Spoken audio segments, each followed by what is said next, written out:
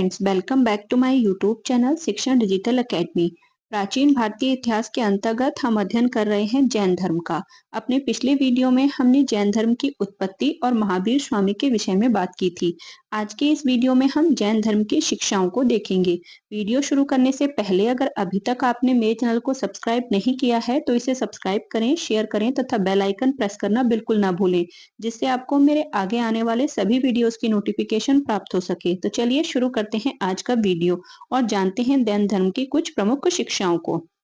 बात करें जैन धर्म की शिक्षाओं की, तो जैन धर्म में जो सांसारिक तृष्णा है या फिर जो बंधन है उनसे मुक्ति को मोक्ष या निर्वाण कहा जाता है। यानी कि जैन धर्म में जो सांसारिक तृष्णा यानी कि जो सांसारिक हमें लोभ होता है या मोह माया होती है, उससे या जो भी बंधन होते हैं उससे जो मुक्ति हो जाती है या जो मुक्ति मिल जाती है इंसान को, उसे ही मोक्ष या फिर निर्वाण कहा जाता है।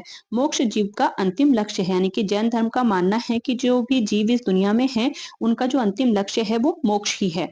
कर्म ही पुनर्जन्म का कारण है, कर्म फल से विमुक्ति ही निर्वाण प्राप्ति का साधन है। यानी कि जो कर्म है वो ही हमारे पुनर्जन्म का कारण बनता है। यानी कि जो भी हमारे कर्म होते हैं उन कर्मों की वजह से ही हमारा बार बार जन्म होता है। कर्म फल से विमुक्ति ही निर्वाण प्राप्ति का साधन है। और कर्म फल से अगर हम विमुक्ति ले लें, यानी कि कर्म का क्या फल होगा उससे हम विमुक्त हो जाएं, तो फिर हम निर्वाण प्राप्त आसानी से कर सकते हैं। जैन ग्रंथ आचरांक सूत्र में महावीर स्वामी की तपस्या का वर्णन हमें मिलता है। तो ये तो सामान्य जानकारी रही इसके बारे में। अब हम सबसे पहले देखेंगे जो जैन धर्म के कुछ प्रमुख सिद्धांत हैं उनको, जो कि बहुत इंपॉर्टेंट हैं। जैसे संसार को दुख मूलक माना गया है। ये दुख मूलक है, यानी कि संसार को क्या मानता है जैन धर्म? दुख मूलक मानता है, यानी कि संसार में दुख ही दुख है। जैन धर्म के अनुसार सृष्टिकर्ता ईश्वर नहीं है, यानी कि ईश्वर को सृष्टिकर्ता जैन धर्म नहीं मानता है। कर्म फल ही जन्म तथा मृत्यु का कारण है। उनकी मानना है कि जो हम कर्म करते हैं उसकी वजह से ही जन्म और मृत्यु होती है, ईश्वर की वजह से नहीं होती। यानी कि ईश्वर कोई सृष्टिकर्ता नहीं है, हमारे जो कर्म है उन्हीं की वजह से हमारा जन्म होता है और उन्हीं की वजह से हमारी मृत्यु होती है।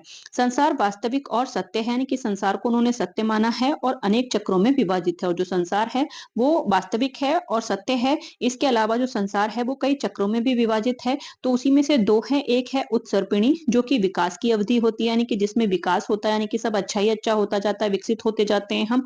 और उसके बाद जो दूसरी अवधि आती है वो है अवसर्पिणी। ये क्या है? ये हास की अवधि है, जब सब कुछ नष्ट होने लगता है। तो ये दो अवधियां यानी कि दो चक्र हैं।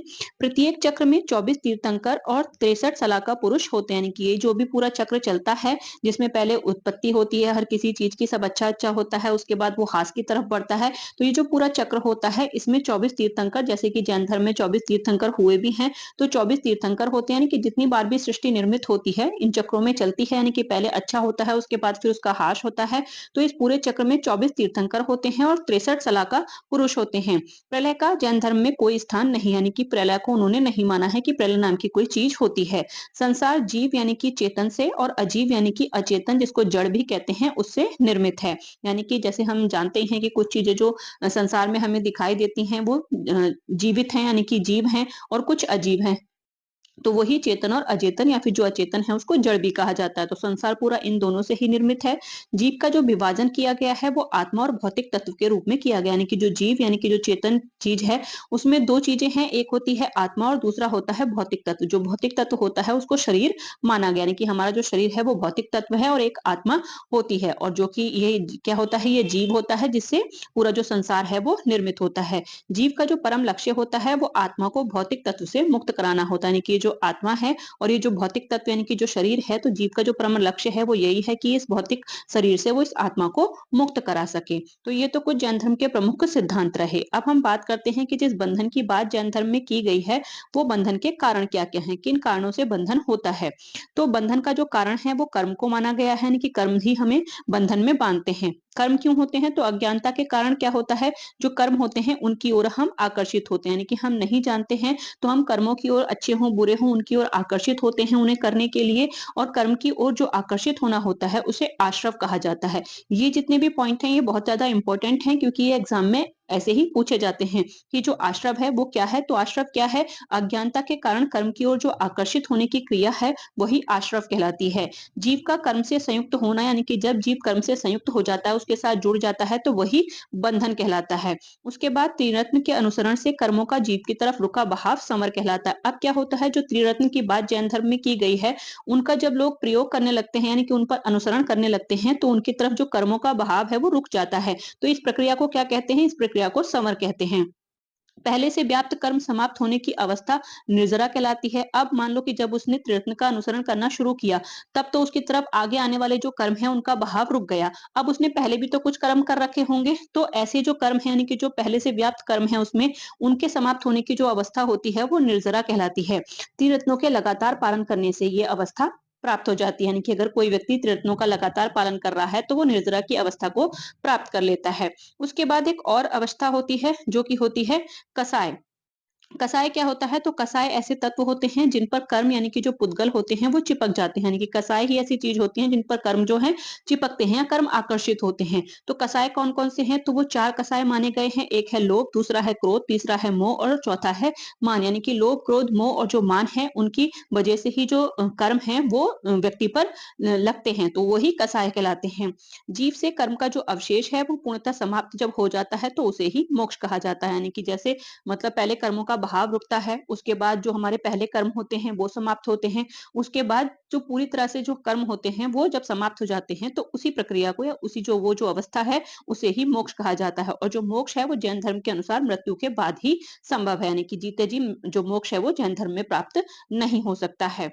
मोक्ष का जो अर्थ है वो क्या है? तो संसार में आवागमन के चक्र से मुक्ति, क्योंकि उनका मानना है कि हम कर्मों की वजह से ही संसार में आते हैं और जाते हैं, मतलब हमारा जन्म और मृत्यु होती है। तो जब व्यक्ति को मोक्ष प्राप्त हो जाता है तो वो संसार में आवागमन के यानी कि आने जाने के चक्र से मुक्त हो जाता है और उसे अनंत चतुष्टय की प्राप्ति हो जाती है। अब ये अनंत चतुष्टय क्या है? तो अनंत चतुष्टय क्या होता है? अनंत ज्ञान यानी कि अनंत ज्ञान की प्राप्ति होती है, अनंत वीर्य यानी कि शक्ति और बल की प्राप्ति होती है, अनंत दर्शन की प्राप्ति होती है और अनंत सुख या फिर अनंत आनंद की प्राप्ति उसे हो जाती है जब व्यक्ति मोक्ष प्राप्त कर लेता है। आगे बात करें तो जैन धर्म के अनुसार कर्मफल से मुक्ति निर्वाण प्राप्ति के लिए त्रिरत्न का अनुशीलन आवश्यक है, यानी कि जैन धर्म में जो कर्मफल हैं उनसे अगर मुक्त होना है यानी कि निर्वाण प्राप्त करना है तो उसके लिए जो त्रिरत्न है उनका अनुशीलन यानी कि उनका पालन करना आवश्यक है। अब ये कौन-कौन से त्रिरत्न हैं, ये बहुत ज़्यादा इम्पोर्टेंट हैं कि कौन-कौन से जैन धर्म के त्रिरत्न हैं। तो एक है समक्य दर्शन, जिसका अर्थ होता है सत्य में विश्वास करना। उसके बाद होता है समक्य ज्ञान, जिसका अर्थ होता है वास्तविक ज्ञान यानी कि शंका विहीन वास्तविक ज्ञान। उसके बाद है समक्य आचरण, ये आचरण है, समक्य आचरण जो कि चरित्र या फिर कर्म या फिर सुख-दुःख में संभाव के बात को दर्शाता है। तो ये चीन जो 3 हैं वो जैन धर्म के त्रिरत्न हैं, समक्य दर्शन, समक्य ज्ञान और समक्य आचरण। आगे बात करें तो सत में विश्वास समग्र श्रद्धा है, यानी कि सत में जो हम विश्वास करते हैं उसे ही समग्र श्रद्धा कहते हैं। शंका विहीन और जो वास्तविक ज्ञान है वो समग्र ज्ञान कहलाता है। जीव का जो समस्त इंद्रिय विषयों में अनासक्त होना, यानी कि जो भी हमारे 5 इंद्रियां होती हैं उनसे संबंधित जो भी विषय होते हैं, जो भी चीजें होती हैं उनमें अनासक्त होना, यानी कि उनसे बिल्कुल उदासीन हो जाना, यानी कि सुख दुख में चाहे सुख हो रहा हो, चाहे कोई अच्छी चीजें हो रही हो हमारे साथ, चाहे गलत चीजें हो रही हो, हमें कोई फर्क नहीं पड़ रहा, हम दोनों ही परिस्थितियों में क्या है, बिल्कुल समान है। तो जब सम हो दुख सुख में होना ही क्या कहलाता है? समक्य आचरण कहलाता है। आगे बात करें तो जो त्रिरत्न है, त्रिरत्नों में सर्वाधिक जो बल है वो समय के आचरण पर ही दिया गया है, यानी कि जब हम सुख दुख की स्थिति में समान हो जाते हैं, हम पर किसी भी चीज का कोई ज्यादा इफेक्ट नहीं पड़ता। नहीं कि ऐसा नहीं कि कोई हमारी बुराई कर रहा है तो हमें एकदम से गुस्सा आ जा रहा है, या कोई हमारी तारीफ कर रहा है तो मतलब बहुत हम खुश हो जा रहे हैं। नहीं, जो भी दोनों परिस्थितियां हैं, अच्छी हो चाहे बुरी हो, हम हर में समान व्यवहार कर रहे हैं तो उसे ही समक्य आचरण कहते हैं और यही सबसे ज्यादा जरूरी माना गया है। उसके बाद बात करें जो पंच महाव्रत हैं जैन धर्म के उनकी, तो एक है सत्य, दूसरा है अहिंसा, तीसरा है अस्तेय, चौथा है अपरिग्रह और पांचवा है ब्रह्मचर्य।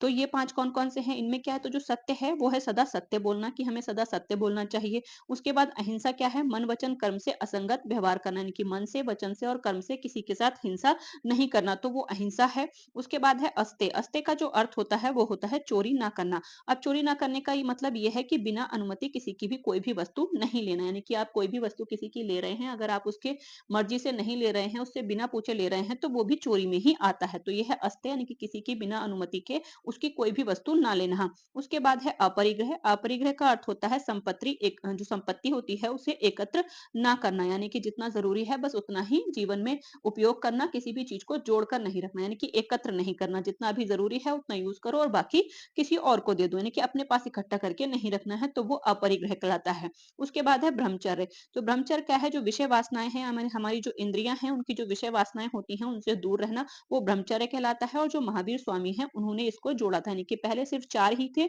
उसके बाद जब महावीर स्वामी यानी कि जो 24वें तीर्थंकर थे, जब वो आए तो उन्होंने 5वां ब्रह्मचर्य इसमें जोड़ दिया था।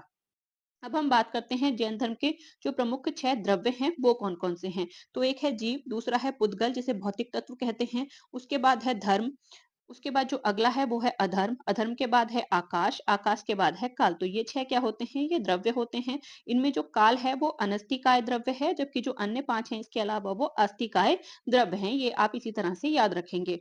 उसके बाद हम बात करते हैं जैन धर्म में जो ज्ञान है, ज्ञान प्राप्ति के कौन-कौन से 3 स्रोत हैं, यानी कि ज्ञान आप कैसे प्राप्त कर सकते हैं। तो एक तो होता है प्रत्यक्ष, यानी कि प्रत्यक्ष आप किसी चीज़ का ज्ञान प्राप्त कर सकते हैं। उसके बाद दूसरा है अनुमान लगाकर प्राप्त कर सकते हैं और तीसरा है शब्द। अब शब्द कौन से? तो जो तीर्थंकरों के वचन हैं, यानी कि जो भी तीर्थंकर हुए हैं, वो जो भी वचन आपको सुना रहे हैं, उनके ज़रिए भी आप ज्ञान प्राप्त कर सकते हैं। अब हम यहाँ बात करेंगे जो ज्ञान के प्रकार हैं उनकी। बात करें ज्ञान के प्रकार की तो एक है मति, जिसमें इंद्रिय जनित ज्ञान आता है, यानी कि इंद्रियों से जो हमें ज्ञान प्राप्त होता है। उसके बाद है श्रुति, यानी कि श्रवण, यानी कि सुनने से जो हमें ज्ञान प्राप्त होता है। उसके बाद है अवधि, ये दिव्य ज्ञान होता है। उसके बाद है मन पर्याय, ये दूसरों के मन का ज्ञान होता है। उसके बाद है कैवल्य, जो कि अंतिम ज्ञान होता है, यानी कि यहाँ पर पूर्ण ज्ञान प्राप्त हो जाता है और इसे सर्वोच्च ज्ञान भी कहते हैं। तो ये ज्ञान के कुछ प्रकार हैं। आगे बात करें तो जैन धर्म के में जो जैन धर्म है उसमें कुछ 7 शील व्रत भी दिए गए हैं। तो वो 7 शील व्रत कौन-कौन से हैं? तो एक है दिग्व्रत। दिग्व्रत का जो अर्थ होता है वो होता है कार्य विशिष्ट दिशा में सीमित होना, यानी कि जो भी कार्य किए जा रहे हैं वो एक विशिष्ट दिशा में ही सीमित होते हैं, इधर-उधर नहीं भागते हैं। यानी कि हर चीज़ को करने की नहीं सोचते हैं, तो सीमित दिशा में होते हैं, उसको दिग्व्रत कहते हैं। दिक् का अर्थ दिशा भी होता है, तो एक ही दिशा में कार्य का सीमित होना वो दिग्व्रत कहलाता है। उसके बाद है देशव्रत, यानी कि कार्य विशिष्ट देशों तक ही सीमित होना। उसके बाद है अर्थदंड व्रत, बिना कारण अपराध का भागी ना बनना, वो अर्थदंड व्रत कहलाता है। उसके बाद है सामायिक। सामायिक का अर्थ होता है अपने ऊपर विचार करने के लिए समय निकालना, यानी कि कोई व्यक्ति किसने जीवन में क्या किया है, क्या नहीं किया है, तो अपने ऊपर ही विचार करने के लिए जो समय होता है उसे सामयिक कहते हैं। उसके बाद है प्रोष्ठोपवास। प्रोष्ठोपवास क्या होता है? तो मास होते हैं, यानी कि जो महीने होते हैं, तो मास की जो अष्टमियाँ होती हैं, जो चतुर्दशी होती हैं, उनको उपवास जो किया जाता है उसे प्रोष्ठोपवास कहते हैं। उसके बाद है एक उपभोग प्रतिभोग परिमाण। उपभोग प्रतिभोग परिमाण क्या होता है? तो दैनिक उपभोग को सीमित करना, यानी कि रोज हम कितना उपभोग कर रहे हैं उसको सीमित कर देना। उसके बाद है अतिथि समविभाग, ये इंपॉर्टेंट है। अतिथि समविभाग क्या होता है? तो अतिथि के बाद वो जो भोजन करने की क्रिया होती है उसे ही अतिथि समविभाग कहते हैं, यानी कि पहले जो अतिथि है आप उसे भोजन कराएंगे, उसके बाद खुद भोजन करेंगे। अब हम बात करते हैं जैन धर्म की जो 5 समितियां हैं उनकी। ये इस तरह की समिति नहीं है कि कोई कार्य कर रही हैं, मतलब समितियां सिर्फ इनका नाम है, लेकिन ये कुछ सिद्धांत ही हैं। जैसे एक है ईर्ष्या समिति। ईर्ष्या समिति का मतलब क्या होता है? तो चलते फिरते किसी को कष्ट ना देना, यानी कि जैन धर्म में आपने देखा होगा कि बहुत ही ज्यादा पर्टिकुलर होते हैं किसी चीज को लेके, कि किसी को हमसे मतलब अहिंसा को बहुत ज्यादा मानते हैं, तो किसी के साथ हिंसा ना हो जाए इस चीज को लेके काफी ज्यादा ध्यान रखते हैं। तो जो ईर्ष्या समिति है उसका अर्थ होता है कि जब आप चल फिर रहे हैं तो उससे किसी को कष्ट नहीं होना चाहिए। उसके बाद है भाषा समिति। इसका अर्थ होता है बोलने से कष्ट न देना, यानी कि आपके बोलने से कष्ट नहीं होना चाहिए। आपने देखा होगा कि कई जो जैनी होते हैं वो अपने मुंह पर हमेशा मास्क लगाए रहते हैं, ताकि उनके मुंह से जो वायु निकल रही है उससे जो वातावरण में छोटे-छोटे जीव-जंतु हैं वो नष्ट ना हो, यानी कि उनको कोई कष्ट ना हो। तो भाषा समिति, उसके बाद है ऐष्णा समिति, यानी कि खाते समय किसी को कष्ट ना देना। उसके बाद है आदान निक्षेप समिति, ये वस्तु उठाते और वस्तु रखते समय किसी को कोई कष्ट ना देना। उसके बाद है एक उत्सर्ग समिति। उत्सर्ग समिति का अर्थ है कि लघु शंका और जो दीर्घ शंका होती है उसके द्वारा किसी को कष्ट ना देना, यानी कि किसी को कष्ट ना देने पर काफी ज्यादा ये फोकस करते हैं। अहिंसा के बहुत ज्यादा पुजारी होते हैं, मतलब अहिंसा को सबसे ज्यादा माना जाता है। आगे बात करें तो जैन धर्म का एक स्यादवाद है, जिसे सप्तभगिनी भी सिद्धांत भी कहा जाता है। तो इस ये क्या क्या है, ये भी इंपॉर्टेंट है। तो ये क्या है? स्यात अस्ति। स्यात अस्ति का अर्थ है कि है। स्यात नास्ति इसका अर्थ है नहीं है। स्यात अस्ति च नास्ति यानी कि है और नहीं है। स्यात् अव्यक्तम कहा नहीं जा सकता। स्यात् अस्ति च अव्यक्तम है किंतु कहा नहीं जा सकता। उसके बाद है स्यात् नास्ति च अव्यक्तम यानी कि नहीं है किंतु कहा नहीं जा सकता। उसके बाद है स्यात् अस्ति च नास्ति च अव्यक्तम यानी कि है और नहीं है किंतु कहा नहीं जा सकता। यानी कि एक सापेक्षता का सिद्धांत होता है, जैसे कि हम मानते हैं कि कोई भी चीज जो ये पूरा दुनिया है इसमें होती नहीं है, सिर्फ सापेक्ष होती है, यानी कि कोई चीज किसी दूसरे के रिलेटिव होती है। तो यही है जो इनका सिद्धांत है, ये स्याद्वाद का, ये सापेक्षता का ही सिद्धांत कहलाता है। अब जैन धर्म की जो शिक्षाएं हैं उनसे संबंधित या जैन धर्म से संबंधित कुछ अन्य महत्वपूर्ण तथ्य हैं, उनको यहाँ पर देख लेते हैं। जैसे जैन धर्म में जो गृहस्थ पुरुष होते हैं या फिर जो महिलाएं होती हैं उनको श्रावक और श्राविका कहा जाता है। जो पुरुष हैं उनको श्रावक कहते हैं और जो महिलाएं होती हैं उनको श्राविका कहती हैं। और जब श्रावक और जो श्राविका हैं इनको सम्मिलित रूप से जब हम इनकी बात करते हैं तो ये श्रावकाचार कहलाते हैं। आगे बात करें तो जो जैन धर्म है, जैन धर्म का तत्व मीमांसा का एक सिद्धांत है जिसे अनेकांतवाद का सिद्धांत कहते हैं। उसके बाद एक ज्ञान मीमांसा का सिद्धांत है जिसे स्याद्वाद अथवा सप्तभंगीय सिद्धांत कहते हैं। इसे अभी हमने ऊपर देखा। स्याद्वाद क्या है? तो स्याद्वाद जो ज्ञान का सापेक्षतावाद का सिद्धांत है, यानी कि इसे सापेक्षवादिता का सिद्धांत भी कहते हैं। उसके बाद महावीर स्वामी ने सर्वाधिक जो वर्षावास है वो वैशाली में व्यतीत किए थे, इसलिए जो वैशाली है उसको महावीर की जननी भी कहा जाता है। ये इंपॉर्टेंट पॉइंट है। जैन धर्म में आत्मा का जो सिद्धांत है वो अनेकात्मवाद या फिर आत्मा की बहुलता का सिद्धांत कहलाता है। ये भी इंपॉर्टेंट है। यहाँ पर जो इंपॉर्टेंट पॉइंट है उन्हीं को मैंने यहाँ पर लिया है जो एग्जाम में आ सकते हैं। जैसे जैन धर्म अनिश्वरवादी है, यानी कि ईश्वर को नहीं मानता है। उनके अनुसार सृष्टि का जो निर्माण है वो सार्वभौमिक विधान से हुआ है, इसलिए जो जैन धर्म है वो प्रलय की अवधारणा में भी विश्वास नहीं करता कि मतलब पृथ्वी है पहले वो नष्ट होती है उसके बाद दोबारा उसका निर्माण होता है, तो इसमें वो विश्वास नहीं करते हैं। जैन धर्म में आंशिक जो ज्ञान है उसको नय कहा जाता है, यानी कि अगर किसी को आंशिक ज्ञान है तो उसे नय कहा जाता है। जैन धर्म में देवताओं का अस्तित्व स्वीकार किया गया है, परंतु उनका जो स्थान है वो जिन से नीचे रखा गया है। जिन यानी कि जो उनके तीर्थंकर होते हैं जो ज्ञान कैवल्य की प्राप्ति कर लेते हैं तो उन्हीं को जिन भी कहा जाता है। तो ये देवताओं के अस्तित्व को स्वीकार करते हैं लेकिन जो उनके जिन हैं उनसे उनको नीचे ही रखते हैं। जैन धर्म में युद्ध और कृषि वर्जित है क्योंकि इसमें जीव हिंसा होती है, यानी कि जैन धर्म के जो लोग हैं जो जैन धर्म को फॉलो करते हैं वो युद्ध और कृषि नहीं कर सकते क्योंकि वो बहुत ज्यादा अहिंसा के पुजारी होते हैं और इसी वजह से वो जो हिंसा है वो नहीं करना चाहते हैं। बौद्ध जो साहित्य हैं, बौद्ध साहित्य में जो महावीर स्वामी हैं उनको निगट्ठनाथ पुत्र कहा गया है। ये बौद्ध साहित्य की बात हो रही है, जैन की नहीं। यानी कि जो बौद्ध साहित्य है उसमें भी हमें जो महावीर स्वामी है उनका उल्लेख मिलता है, तो वो किस नाम से मिलता है? तो वो निगट्ठनाथ पुत्र के नाम से मिलता है। आगे बात करें तो महावीर स्वामी ने एक संघ की स्थापना भी की थी जिसमें 11 प्रमुख उनके अनुयायी थे। ये अनुयायी थे ये गणधर कहलाते थे या फिर इन्हीं को गंधर्व भी कहते थे। इनकी जो संख्या थी ये 11 थी और ये 11 के 11 क्या थे? ये ब्राह्मण थे, यानी कि महावीर स्वामी ने ब्राह्मणों को शिक्षा दी थी और इनको पावा में दीक्षा दी गई थी। इनमें से जो 11 गणधर थे, इसमें से जो ये पूरे 11 गणधर थे उसमें से महावीर के जीवन काल में ही 10 की मृत्यु, जो 10 गणधर थे उनकी मृत्यु महावीर के जीवन काल में ही हो गई थी और महावीर की मृत्यु के बाद केवल एक, यानी कि जिसका नाम सुधर्मन था, वो गणधर जीवित रहा था। यानी कि जो 11 थे, 11 में से 10 की मृत्यु पहले ही हो जाती है और जो एक थे जिनका नाम सुधर्मन था वो महावीर स्वामी के बाद तक जीवित रहे थे। इसके अलावा कौशाम्बी नरेश की जो पुत्री थी जयंती, उन्होंने महावीर स्वामी के साथ वाद विवाद किया था। उसके बाद उन्होंने जैन भिक्षुणी, जो जैन धर्म था वो स्वीकार कर लिया था, नहीं कि जैन भिक्षुणी बन गई थी। तो ये कौशाम्बी के नरेश की पुत्री जयंती थी। जैन भिक्षु संघ और भिक्षुणी जी संघ है उसकी स्थापना पावापुरी में की गई थी और जो पावापुरी है उसको जैन धर्म का सारनाथ भी कहते हैं। ये इंपॉर्टेंट पॉइंट है कि कभी एग्जाम में आ जाए कि जो जैन धर्म का सारनाथ है वो किसे कहते हैं, तो वो पावापुरी को कहते हैं। जैन धर्म में मुख्य जो उपदेश है, जो उपदेश देता है, जो करता होता है उसे थेरा कहा जाता है। और जो धर्मन है, यानी कि जो 11वां गणधर था जो कि महावीर स्वामी की मृत्यु के बाद भी जीवित रहा था, तो वही उनकी मृत्यु के पश्चात प्रथम थेरा बना था। और ये जो अंतिम थेरा थे वो भद्र बाहु थे, यानी कि प्रथम थेरा सुधर्मन और जो अंतिम थेरा थे वो भद्र बाहु थे। और जो सुधर्मन है वही एक ऐसा मात्र गणधर था जो कि महावीर स्वामी की मृत्यु के पश्चात भी जीवित रहा था। तो इस तरह आज के इस वीडियो में हमने जैन धर्म की जो शिक्षाएं हैं, जो सिद्धांत हैं, जो भी चीजें जैन धर्म से संबंधित हैं उनको देखा। इसके अगले वीडियो में हम जैन धर्म का जो विकास है, यानी कि जो प्रचार प्रसार हुआ उसका, वो, इसके अलावा जो उनकी संगीतियां हुई वो कहाँ कहाँ पर और किसके समय पर हुई उनको देखेंगे। अगर आप इसी तरह से प्राचीन भारत का इतिहास मेरे साथ पढ़ना चाहते हैं तो बने रहिए मेरे साथ। Thank you for watching.